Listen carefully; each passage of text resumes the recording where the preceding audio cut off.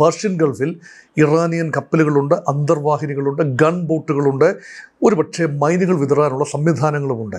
അമേരിക്കയുടേതായ 19 താവളങ്ങളാണ് Gulf മേഖലയിലെ GCCയിലെ പ്രമുഖ രാജ്യങ്ങളിൽ ഉള്ളത്. അത് ചെറുതും വലുതുമായ. അതിൽ 13 താവളങ്ങൾ പൂർണ്ണമായോ ഭാഗികമായോ തകർക്കപ്പെട്ടു. കുറേയൊക്കെ ഈ കെട്ടുകഥകളാണ്. ഈ മുഴുവൻ ആണവ നിലയങ്ങൾ ഇസ്ഫഹാനിലെയും ഫർദോയിലെയും നഥാൻസിലെയും എല്ലാം ആണവ നിലയങ്ങൾ പൂർണ്ണമായി തകർത്തു എന്ന് പറയുന്നത് കെട്ടുകഥയാണ്. ട്രംപിൻ്റെ വാചക കസർത്തുകൾ ഒരു മാർജിൻ ഇട്ടു മാത്രമേ വിശ്വസിക്കാൻ പറ്റൂ. വിദേശകാര്യ വിദഗ്ധൻ ഡോക്ടർ മോഹൻ വർഗീസ് ഉപചരിക്കുകയാണ്. ഡോക്ടർ മോഹൻ വർഗീസ്, ഈ പശ്ചിമേഷ്യയിൽ അമേരിക്കയ്ക്ക് പൂർണ്ണ വ്യോമ ആധിപത്യമുണ്ടെന്ന പ്രസിഡന്റ് ഡൊണാൾഡ് ട്രംപിന്റെ പ്രസ്താവനയ്ക്ക് പുറകെയാണ് ഇറാൻ പ്രത്യാക്രമണങ്ങൾ കടുപ്പിച്ചിരിക്കുന്നത്. ഇറാനിൽ നാവികസേനയില്ല, സൈന്യമില്ല, വ്യോമസേനയില്ല, വിമാനവേദ സംവിധാനങ്ങളില്ല എന്നൊക്കെയായിരുന്നല്ലോ ട്രംപ് അവകാശപ്പെട്ടിരുന്നത്. വ്യോമ പ്രതിരോധ സംവിധാനങ്ങളില്ല എന്ന് പറഞ്ഞ് ട്രംപ് നാവെടുക്കും മുൻപാണ് 2 യുദ്ധവിമാനങ്ങൾ ഇറാൻ നിലത്ത് വീഴ്ത്തിയത്. ഇത് ഇറാൻ വെടിവെച്ചിട്ടതാണ് എന്ന് അമേരിക്ക സമ്മതിച്ചിട്ടില്ല എങ്കിൽ പോലും അതാണ് വസ്തുത എന്ന് വിദേശ മാധ്യമങ്ങൾ ഉൾപ്പെടെ റിപ്പോർട്ട് ചെയ്യുന്നുണ്ട്. യുദ്ധവിമാനം വെടിവെച്ചിട്ടതിലൂടെ ഇറാന്റെ വ്യോമ പ്രതിരോധ ശേഷി തകർന്നിട്ടില്ല എന്ന് മനസ്സിലാക്കാം. ഗൾഫിലും ഇസ്രയേലിലും തുടരുന്ന മിസൈൽ ആക്രമണങ്ങൾ അവരുടെ മിസൈൽ ശേഷി ഇനിയും ബാക്കിയുണ്ട് എന്നും വ്യക്തമാക്കുന്നു. അപ്പോൾ ട്രംപിന്റെ എല്ലാ അവകാശവാദങ്ങളും പൊളിയുകയല്ലേ? ഇറാന്റെ ഏത് സൈനിക ശേഷിയും മിസൈൽ ശേഷിയുമാണ് അമേരിക്ക ഇല്ലാതാക്കിയത് എന്ന ചോദ്യമൊനിയിലല്ലേ ഇപ്പോൾ ട്രംപ്? അതിന് ട്രംപ് മറുപടി പറയേണ്ടി വരില്ലേ? ട്രംപിന് ഒരുപാട് മറുപടി പറയേണ്ടി വരും.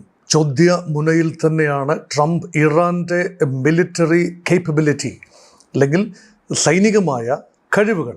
അതൊരു മൾട്ടി ഡയമെൻഷനലാണ്. ഒരു ഡയമെൻഷൻ എന്ന് പറയുന്നത് കരസേനയാണ്. ഇന്നേ വരെ ഉപയോഗിച്ചിട്ടില്ലാത്ത കരസേന. അത് കരയുദ്ധം തുടങ്ങിയെങ്കിൽ മാത്രമാണ് കരസേനയുടെ ഒരു ഫൈറ്റിംഗ് വയബിലിറ്റി, ടെനാസിറ്റി ഇതെല്ലാം കൂടി അറിയാനൊക്കൂ. പക്ഷേ ഇറാൻ്റെ മറ്റ് സങ്കേതങ്ങൾ ഓൾറെഡി ഉപയോഗിക്കപ്പെട്ടു എന്ന് തന്നെയാണ് നിരീക്ഷണം. ഒന്ന് നാവികസേനയാണ്. കാരണം പേർഷ്യൻ ഗൾഫിൽ ഇറാനിയൻ കപ്പലുകളുണ്ട്, അന്തർവാഹിനികളുണ്ട്, ഗൺ ബോട്ടുകളുണ്ട്, ഒരുപക്ഷെ മൈനുകൾ വിതറാനുള്ള സംവിധാനങ്ങളുമുണ്ട്. അപ്പോൾ ഇത് ഏതാണ്ട് പൂർണ്ണമായി ഇറാൻ്റെ നാവികസേനയെ പൂർണ്ണമായി നശിപ്പിച്ചു. അങ്ങനെയെങ്കിൽ നാവിക യോഗ്യമാകേണ്ടതാണ്. കരയിൽ നിന്നുള്ള മിസൈലുകളെ മാത്രം എതിർത്താൽ മതിയാകും.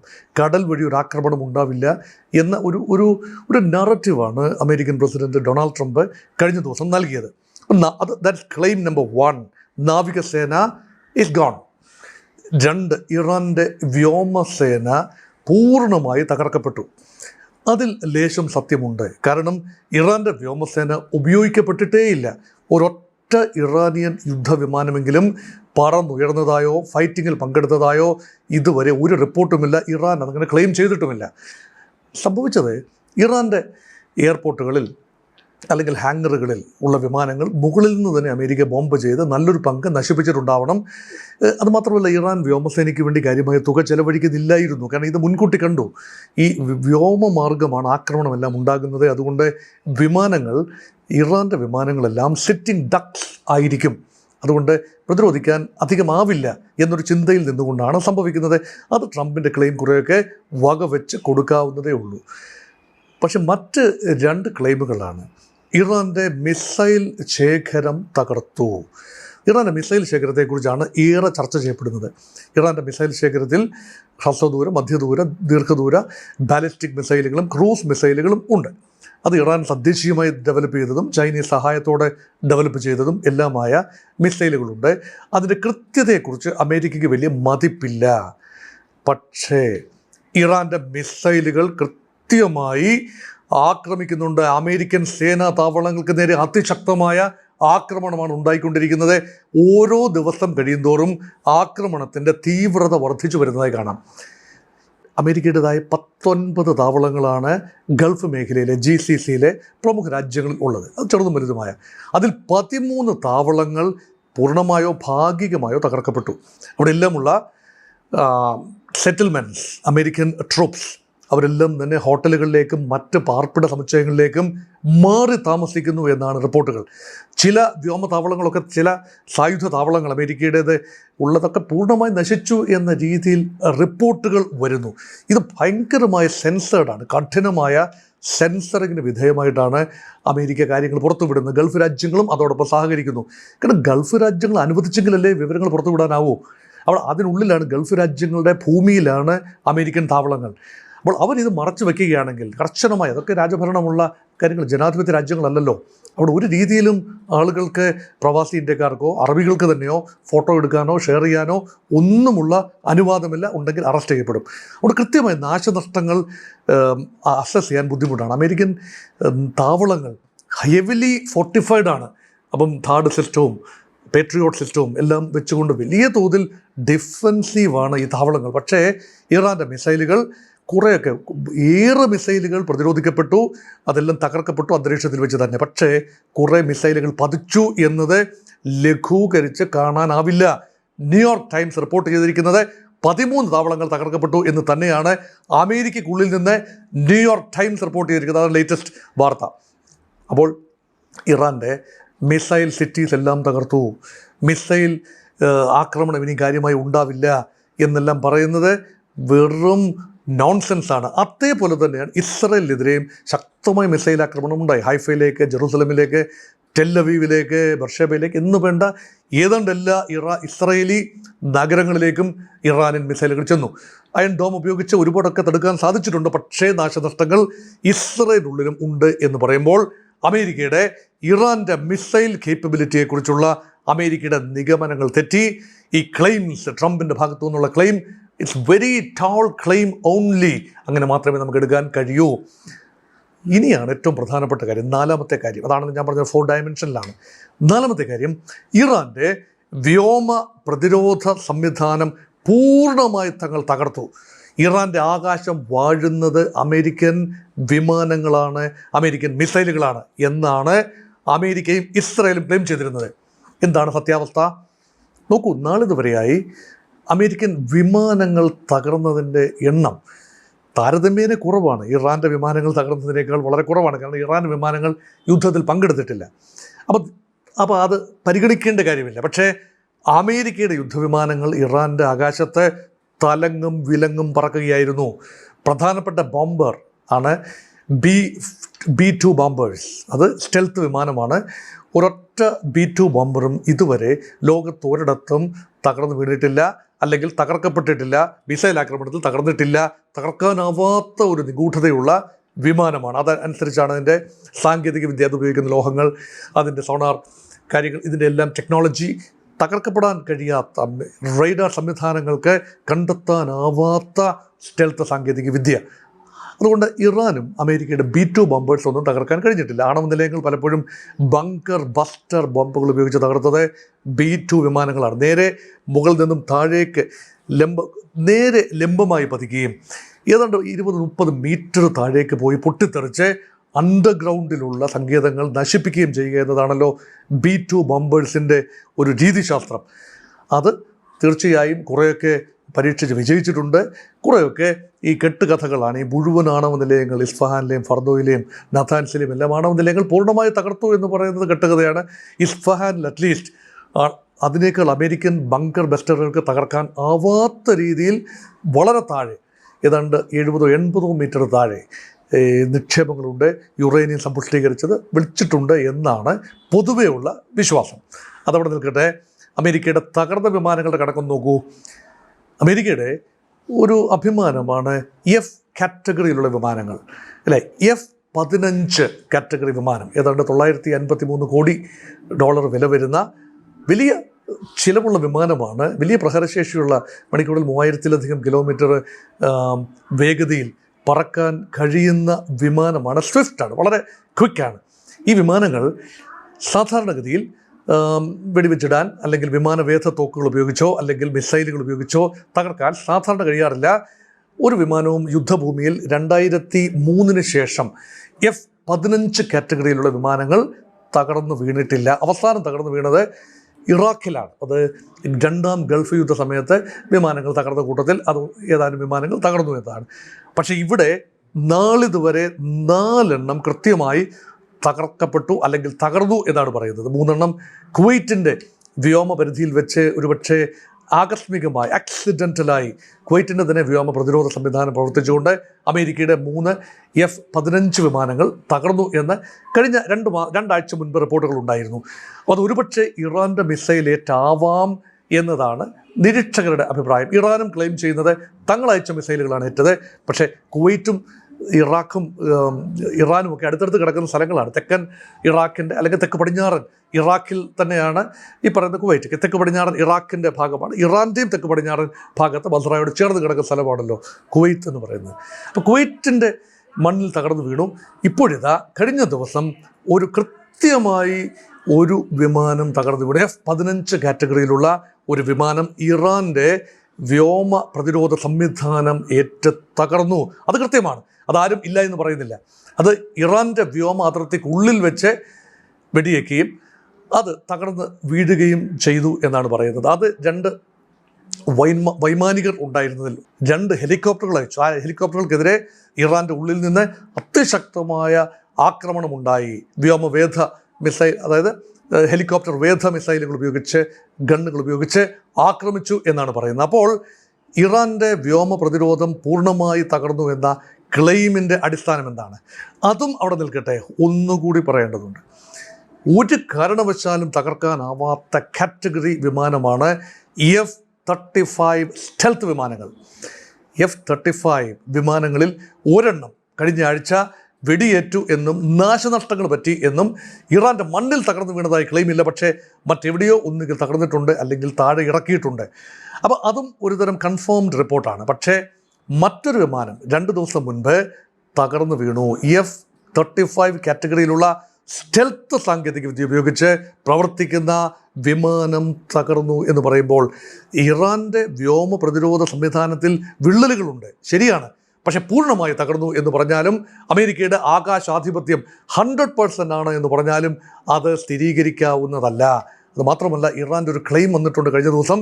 തങ്ങളുടെ വ്യോമ പ്രതിരോധ സംവിധാനങ്ങൾ പുതിയതായി ലോഞ്ചറുകൾ, കേടുപാടുകൾ പറ്റിയ ലോഞ്ചറുകൾ പുതുക്കി സ്ഥാപിക്കുകയും കൂടുതൽ വ്യോമ പ്രതിരോധ സംവിധാനങ്ങൾ സജ്ജീകരിക്കുകയും എത്തിക്കുകയും ചെയ്തു എന്ന് ഇറാൻ പറയുമ്പോൾ അമേരിക്കയുടെ 4ാമത്തെ ക്ലെയിം ഏതാണ്ട് ഫോൾസ് ക്ലെയിം ആണെന്ന് കരുതുകയാണ്. അതുകൊണ്ട് വ്യോമ പ്രതിരോധം പോലും പൂർണ്ണമായി തകർക്കാൻ കഴിഞ്ഞില്ല എങ്കിൽ എങ്ങനെയാണ് കരസൈന്യത്തിന് കടക്കാനാവുക? ഇപ്പോൾ കരയുദ്ധത്തിന് വേണ്ടി അമേരിക്ക തയ്യാറെടുക്കുന്നു എന്നാണല്ലോ റിപ്പോർട്ടുകൾ. അങ്ങനെ കരയുദ്ധം നടക്കണമെങ്കിൽ എയർ കവർ കൊടുക്കണം. ഒരു രീതിയിലും വെടിവെച്ചിടപെടാൻ സാധ്യതയില്ലാതെ വിമാനങ്ങളുടെ കവർ കൊടുത്തുകൊണ്ട്, ഹെലികോപ്റ്ററുകൾ ഉൾപ്പെടെ താഴ്ന്നു പറന്നുകൊണ്ട് അവരുടെ സൈന്യത്തിന് കടന്നു വരാനുള്ള സാഹചര്യം ഒരുക്കുന്നത് അസാധ്യമായ കാര്യമാണ്. ഈ റിപ്പോർട്ടുകളുടെ അടിസ്ഥാനത്തിൽ ന്യൂയോർക്ക് ടൈംസ് ഉൾപ്പെടെയുള്ള പാശ്ചാത്യ ന്യൂയോർക്ക് ടൈംസ് മാത്രമല്ല, ഒരുപാട് മാധ്യമങ്ങൾ ഇതാണ് റിപ്പോർട്ട് ചെയ്തിരിക്കുന്നത്. അപ്പോൾ അമേരിക്കയ്ക്ക് ഉള്ളിൽ നിന്ന് തന്നെ അമേരിക്കയ്ക്ക് എതിരായ റിപ്പോർട്ടുകൾ വന്നു തുടങ്ങി എന്ന് പറയുമ്പോൾ അത് വിശ്വസിക്കാതിരിക്കാൻ ന്യായം കാണുന്നില്ല. ഇവിടെ ഈ അമേരിക്കയുടെ കരുത്തരായ യുദ്ധവിമാനങ്ങൾ വീണതടക്കം അതിശക്തമായ തിരിച്ചടികൾ ലഭിച്ചതോടെ അമേരിക്ക 48 മണിക്കൂർ വെടിനിർത്തൽ എന്ന നിർദ്ദേശവുമായി രംഗത്തെത്തിയിരുന്നു. അത് ഇറാന്റെ ഭാഗത്തു നിന്നുണ്ടായ തിരിച്ചടികൾ മറികടക്കുന്നതിന് വേണ്ടിയായിരുന്നു ഈ ഒരു വെടിനിർത്തൽ നിർദ്ദേശം അമേരിക്ക മുന്നോട്ട് വെച്ചത് എന്നാണ് വിദേശ മാധ്യമങ്ങൾ റിപ്പോർട്ട് ചെയ്തിരിക്കുന്നത്. എന്നാൽ എഴുതി തയ്യാറാക്കിയ മറുപടി അമേരിക്കയ്ക്ക് നൽകുന്നതിന് പകരം യുദ്ധക്കളത്തിൽ ആക്രമണം തുടർന്നുകൊണ്ടാണ് ഇറാൻ തങ്ങളുടെ ഒരു നിലപാട് വ്യക്തമാക്കിയത്. നേരത്തെ ട്രംപ് പറഞ്ഞത് ഇറാൻ വെടിനിർത്തലിനായി തന്നോട് യാചിക്കുകയാണ് എന്നായിരുന്നല്ലോ. ഇറാൻ ക്ഷയിച്ചുവെന്നും സൈനിക ബലം അവർക്ക് ഇനി ശേഷിക്കുന്നില്ല എന്നുമൊക്കെ പറഞ്ഞിരുന്ന അതേ ട്രംപ് തന്നെയാണ് ഒടുവിൽ ഇറാന് മുന്നിൽ യാചിക്കേണ്ട അവസ്ഥയിലെത്തിയിരിക്കുന്നത് കാര്യങ്ങൾ. അതായത് വെടിനിർത്തൽ അല്ലെങ്കിൽ സമാധാനം എന്ന വാക്ക് പറഞ്ഞത് ട്രംപ് മാത്രമാണ്, ഇറാനല്ല. ഇത് വ്യക്തമായും തോൽവി അംഗീകരിക്കുന്നതിന് തുല്യമാണ് എന്ന് വിലയിരുത്തേണ്ടി വരില്ലേ? ആരോട് യാചിക്കുന്നു എന്നത് ആണ് ഇവിടുത്തെ പ്രസക്തമായ ചോദ്യം. സംസാരിക്കുന്നത് മുഴുവൻ വൺ സൈഡഡായി one man called mister Donald Trump. അദ്ദേഹമാണ് സംസാരിക്കുന്നത്. ഇറാൻ കാര്യമായി സംസാരിക്കുന്നില്ല. ഇറാൻ പ്രവർത്തിക്കുന്നതേ ഉള്ളൂ. ഡൊണാൾഡ് ട്രംപിൻ്റെ സംസാരം എന്ന് പറഞ്ഞാൽ നമുക്കറിയാമല്ലോ, എത്രയോ വീഡിയോയിൽ ഇത് ഓൾറെഡി പറഞ്ഞതാണ്. യാതൊരു കൺസിസ്റ്റൻസിയും ഇല്ലാതെ മാറ്റി മാറ്റി പറയുമ്പോൾ ഓരോ പ്രാവശ്യവും ട്രംപ് പറയുന്നതിനെ മുഖവിലക്കെടുത്തുകൊണ്ട് വിശകലനം ചെയ്താൽ അത് നാളെ അത് തെറ്റായി മാറാം. അതുകൊണ്ട് ട്രംപിൻ്റെ വാചക കസരത്തുകൾ ഒരു മാർജിൻ ഇട്ടു മാത്രമേ വിശ്വസിക്കാൻ പറ്റൂ. ആ ഒരു പശ്ചാത്തലത്തിലാണ് ഇറാൻ തങ്ങളോട് യുദ്ധവിരാമത്തിനായി, താൽക്കാലിക വിരാമത്തിനായി, സമാധാന കരാറിനായി യാചിച്ചുകൊണ്ടേയിരിക്കുകയാണ്. ഇതൊരു ക്ലെയിമാണ്. ഈ ക്ലെയിം സ്ഥിരീകരിക്കാൻ ഒരു തെളിവും വീഡിയോ ഫുട്ടേജ് ആകട്ടെ, ഓഡിയോ ഫുട്ടേജ് ആകട്ടെ, എന്തെങ്കിലും കത്തുകളാകട്ടെ, മറ്റെന്തെങ്കിലും സന്ദേശങ്ങളാകട്ടെ, മധ്യസ്ഥന്മാരുടെ ഭാഗത്തു നിന്നുള്ള സ്ഥിരീകരണമായിക്കൊള്ളട്ടെ, ഒന്നും തന്നെ വന്നില്ല എങ്കിൽ ഇറാൻ പറയുന്നത് വിശ്വസിക്കുക എന്നതേ ചെയ്യാനുള്ളൂ.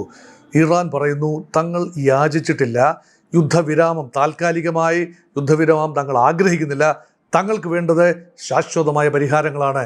അമേരിക്കയെ തങ്ങൾ നേരിട്ടോ ദൂതന്മാർ മുഖേനയോ യുദ്ധവിരാമത്തിന് വേണ്ടി സമീപിച്ചിട്ടില്ല. ഇപ്പോൾ അമേരിക്കയാണ് പറയുന്നത് യുദ്ധവിരാമം താൽക്കാലികമായി ആവാം. അതും മാറ്റിപ്പറഞ്ഞു, പല ആവർത്തി 5 ആവർത്തിയെങ്കിലും മാറ്റിപ്പറഞ്ഞു. 2 ദിവസത്തേക്ക് വെടിനിർത്തൽ, 5 ദിവസത്തേക്ക് വെടിനിർത്തൽ, അതാണ് കഴിഞ്ഞ ആഴ്ച പറഞ്ഞത്. പിന്നീട് അത് 10 ദിവസം കൂടി ദീർഘിപ്പിക്കുന്നു. അതേസമയം തന്നെ ഇസ്രയേലും അമേരിക്കയും യുദ്ധം തുടരുകയുമാണ്. വെടിനിർത്തൽ എന്ന് പറയുന്നത് പുല്ലുവിലയാക്കിക്കൊണ്ട് യുദ്ധം തുടരുന്നു. ഇറാൻ പ്രത്യാക്രമണവും തുടരുന്ന കാഴ്ചയാണ് കാണുന്നത്. ഇപ്പോൾ ഇതാ ഏറ്റവും വൈകി ഇപ്പോൾ പറയുന്ന കാര്യം എന്താണ്? 48 മണിക്കൂറിനുള്ളിൽ ഹോർമൂസ് കടലിടുക്ക് സുഗമമാക്കിയില്ല എങ്കിൽ സർവനാശം പ്രതീക്ഷിക്കാം. അതിപ്പോൾ പറഞ്ഞതാണ്. പക്ഷേ ഇത് നമ്മൾ കഴിഞ്ഞ ആഴ്ചയും ഒന്ന് കേട്ടല്ലോ. 48 മണിക്കൂറിനുള്ളിൽ ഹോർമൂസ് സുഗമമാക്കിയില്ലെങ്കിൽ നിങ്ങൾക്ക് നാശം, സർവനാശം. ഇത് എത്രാമത്തെ പ്രാവശ്യമാണ് പറയുന്നത്? അതുകൊണ്ട് പുലി വരുന്നേ എന്ന് പറയുന്നത് പോലെയുള്ളൂ. ഒരു നാൾ പക്ഷേ പുലി വന്നേക്കാം, ഇല്ല എന്ന് പറയുന്നില്ല. പക്ഷേ ട്രംപിൻ്റെ ആശയക്കുഴപ്പം, ഒരു പരിധിവരെ അപകർഷതാബോധം, എങ്ങും എത്തി നിൽക്കുന്നില്ലല്ലോ എന്ന, താൻ ഉദ്ദേശിക്കുന്നിടത്തൊന്നും എത്തി നിർത്താൻ തനിക്ക് കഴിയുന്നില്ലല്ലോ എന്ന ഒരു ജാള്യത, അതുകൊണ്ട് വാചക കസരത്തിൽ പറ്റിക്കുകയാണ്. മാത്രമല്ല ഈ ഹോർമൂസിൻ്റെ കാര്യത്തിലെങ്കിലും ട്രംപ് പൂർണ്ണമായി ഒറ്റപ്പെട്ടില്ലേ? ഏത് പാശ്ചാത്യ രാജ്യമാണ് ഹോർമൂസ് തുറക്കാൻ അമേരിക്കയെ സഹായിക്കാമെന്ന് പറഞ്ഞത്? അവസാനം ട്രംപിന് കീഴടങ്ങേണ്ടി വന്നില്ലേ? ട്രംപ് പറഞ്ഞില്ലേ, ഇനി ഞങ്ങൾക്ക് ഹോർമൂസിനെ മോചിപ്പിക്കാനാവില്ല, നിങ്ങൾക്ക് എണ്ണ ആവശ്യമുള്ളവർ വന്ന് ഹോർമൂസ് തുറന്ന് എണ്ണയും കൊണ്ട് പോവുകയോ കച്ചവടം നടത്തുകയൊക്കെ ചെയ്യാം, it is none of our concern എന്ന് പറഞ്ഞ ട്രംപ് കഴിഞ്ഞ ദിവസം വീണ്ടും മാറ്റിപ്പറഞ്ഞു. അതാണ് പറഞ്ഞത്, 48 ദിവസത്തിനുള്ളിൽ മര്യാദയ്ക്ക് ഹോർമൂസ് കടലെടുക്ക് തുറന്നു കൊടുക്കണം. ഇത് കേട്ടാൽ വിചാരിക്കും ആരെങ്കിലും കുറ്റിയും കൊളുത്തുമിട്ട് ഹോർമൂസ് ഒരു ഗേറ്റ് വെച്ച് അടച്ചിരിക്കുകയാണെന്ന് വിചാരിക്കും. അങ്ങനെ അടയ്ക്കാവുന്നൊന്നല്ലല്ലോ. ഇതൊരു കടലിടുക്കല്ലേ. ഒരു 35 കിലോമീറ്റർ ദൈർഘ്യമുള്ള, വീതിയുള്ള ഒരു കടലിടുക്കാണ്. ഇറാൻ്റെ ടെറിട്ടോറിയൽ സീ, ഒമാൻ്റെയും UAEയുടെയും ടെറിട്ടോറിയൽ സീ, ഇതെല്ലാം കൺവേർട്ട് ചെയ്യുന്ന പോയിൻ്റാണ് ഹോർമൂസ്. അതിങ്ങനെ വളഞ്ഞ് നിൽക്കുന്നൊരു സ്ഥലമാണ്. അതിന് മാപ്പ് കാണുമ്പോൾ അത് നമുക്ക് എത്രയോ പ്രാവശ്യം നമ്മൾ കണ്ട മാപ്പാണ്, അത് മനസ്സിലാവുകയും ചെയ്യും. അതുകൊണ്ട് അത് ഇറാൻ പറയുന്നില്ല, തങ്ങൾ അത് പൂർണ്ണമായി അടച്ചിട്ടു എന്ന് ഒരിടത്തും പറയുന്നില്ല. ആകെ പറയുന്നത് അമേരിക്കൻ കപ്പലുകൾ, ഇസ്രായേലി കപ്പലുകൾ പ്രവേശിക്കുന്നത് തങ്ങൾ തടയും, എതിർക്കും, മിസൈലുകൾ അയക്കും, തകർക്കും, ഇത് മാത്രമാണ് പറയുന്നത്. അപ്പോൾ ആരുടെ ആവശ്യമാണ് ഹോർമൂസ് തുറക്കുക എന്നത്? മറ്റേത് രാജ്യത്തിനെയും കപ്പലുകൾ കടന്നു പോകാം. പക്ഷേ ആശയക്കുഴപ്പം നിലവിലുള്ളത് കൊണ്ട് മറ്റ് രാജ്യങ്ങളുടെ കപ്പലുകൾക്ക് കടന്നു പോകുന്നതിന് ബുദ്ധിമുട്ടുണ്ട്. കഴിഞ്ഞ ദിവസം റിപ്പോർട്ടുകൾ അനുസരിച്ച് 16 കപ്പലുകൾ ഹോർമൂസ് കടലിൽ കടന്നു. എല്ലാ ദിവസവും ശരാശരി 200-ലധികം കപ്പലുകൾ കടക്കുന്ന ഒരു പോയിൻ്റാണത്. പക്ഷേ 16 എണ്ണമെങ്കിലും കടന്നു എന്ന് പറയുമ്പോൾ ഇറാൻ്റെ കർശനമായ നിരീക്ഷണത്തിൽ കപ്പലുകൾക്ക് കടന്നു വരാനും കടന്നു പോകാനും കഴിയും. ഇന്ത്യയുടെ 18 കപ്പലുകൾ ഇപ്പോഴും പേർഷ്യൻ ഉൾക്കടലിൽ കിടപ്പുണ്ട്. അതിൽ 2 എണ്ണം കഴിഞ്ഞ ദിവസം, 20 എണ്ണം ഉണ്ടായിരുന്നു, 2 എണ്ണം കഴിഞ്ഞ ദിവസം അതിലേക്ക് കടന്നു വന്നു എന്നാണ് പറയുക, കടന്നു വന്നു. അതുപോലെ കഴിഞ്ഞ 2 ആഴ്ച മുൻപ് മറ്റ് 2 LPG കപ്പലുകൾ കടന്നു വന്നു. അതുകൊണ്ട് പൂർണ്ണമായി ആ ഹോർമൂസ് അടച്ചിട്ടു എന്ന് പറയാനാവില്ല, അത് ഇറാൻ പറയുന്നതുമില്ല. അതുകൊണ്ട് ഇപ്പോൾ കപ്പം പിരിക്കുന്നു, ചുങ്കം പിരിക്കുന്നു എന്നാണ് ഇപ്പോഴത്തെ റിപ്പോർട്ടുകൾ. അത് വിശ്വസിക്കാമെങ്കിൽ യുദ്ധം തുടങ്ങിയതിന് ശേഷം ഇറാൻ രംഗം ഘടിപ്പിക്കുകയാണ്. ഇപ്പോൾ ഇറാനെതിരെ ഉപരോധമാണ് പ്രഖ്യാപിച്ചിരിക്കുന്നത്. തങ്ങളുടെ എണ്ണ കൊണ്ടുപോകാനാവില്ല, അതിനെതിരെ ഉപരോധം പ്രഖ്യാപിച്ചിരിക്കുകയാണ്. വാങ്ങാൻ തയ്യാറാകുന്ന രാജ്യങ്ങൾക്കെതിരെ കഠിനമായ ഉപരോധമാണ്. ഇന്ത്യയെ പേടിപ്പിച്ചിരിക്കുക. ഇന്ത്യ ഇറാനിൽ നിന്നും 12% ഒരു സമയത്ത് വാങ്ങിയിരുന്നു. ഏറ്റവും കൂടുതൽ എണ്ണ വാങ്ങിയിരുന്നത് ഇറാഖിൽ നിന്നുമൊക്കെയാണ്. ഇപ്പോൾ ഏറ്റവും കൂടുതൽ എണ്ണ വാങ്ങുന്നത് റഷ്യയിൽ നിന്നാണ്. അപ്പം അതായിരുന്നു, അത് കുറഞ്ഞു വന്നു. അത് ഗൾഫിൽ നിന്നും കൂടുതൽ എണ്ണ വാങ്ങാൻ തുടങ്ങിയ ആ ഒരു ഘട്ടത്തിലാണ്, അമേരിക്കൻ വ്യാപാര യുദ്ധമൊക്കെ നടന്ന സമയത്താണ് ഇപ്പോൾ വീണ്ടും സംഭവം മാറിയത്. അതുകൊണ്ട് റഷ്യൻ എണ്ണ ഇപ്പോൾ നമ്മൾ കൂടുതലായി വാങ്ങുന്നു. റഷ്യ കൂടുതൽ എണ്ണ തരാൻ തയ്യാറാണ്.